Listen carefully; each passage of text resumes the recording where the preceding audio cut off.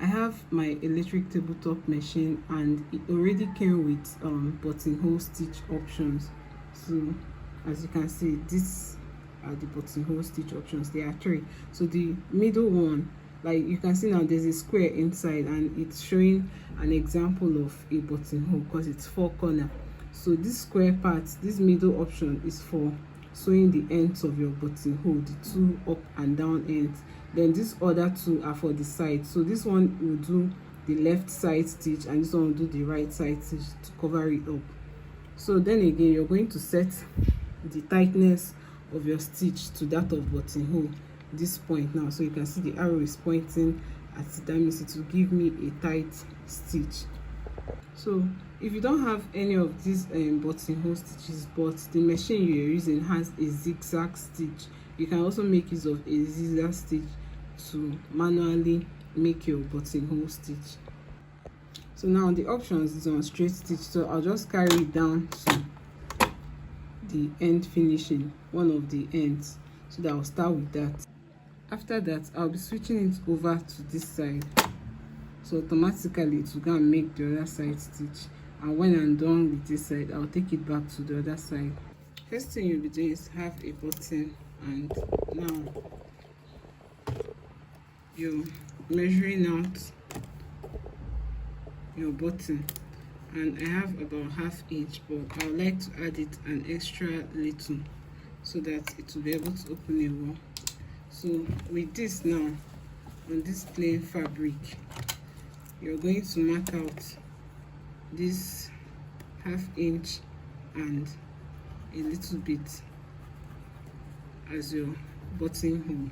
So you're just going to make a small rectangle across that point you marked out.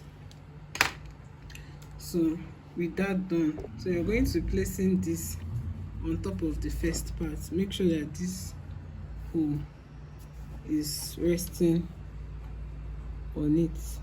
Now here, I'll be changing it from this point to one side, and when I'm done with one side, I'll come back and finish the end of the square, then go over to this other side. I'm going to make sure that this place is resting on this top part.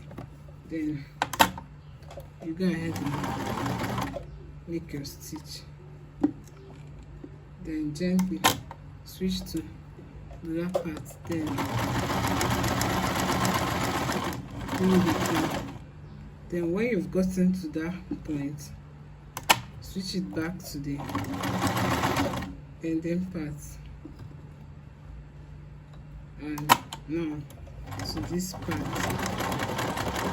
Then you're going to be dragging up a bit. Then when you reach this part, you're going to lock it up, and this is what your buttonhole stitch looks like. So this is what it looks like. I was doing it a bit fast and turned out like so. You can do it again. Draw out your square just for a guide, then start from that end. So I'm going to placing it on top of here.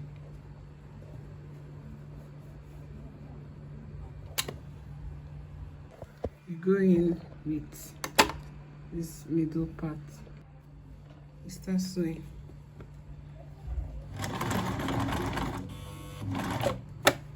Then once you're done, you go in to this one. So you just need to make it low, and when you reach a junction, put it back to this.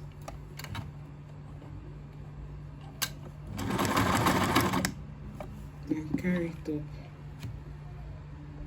So from here now, you return it to this other side gently,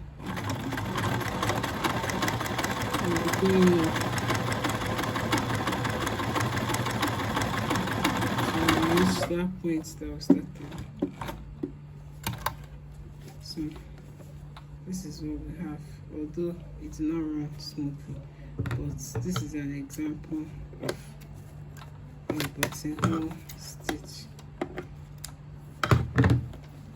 So this is what we have.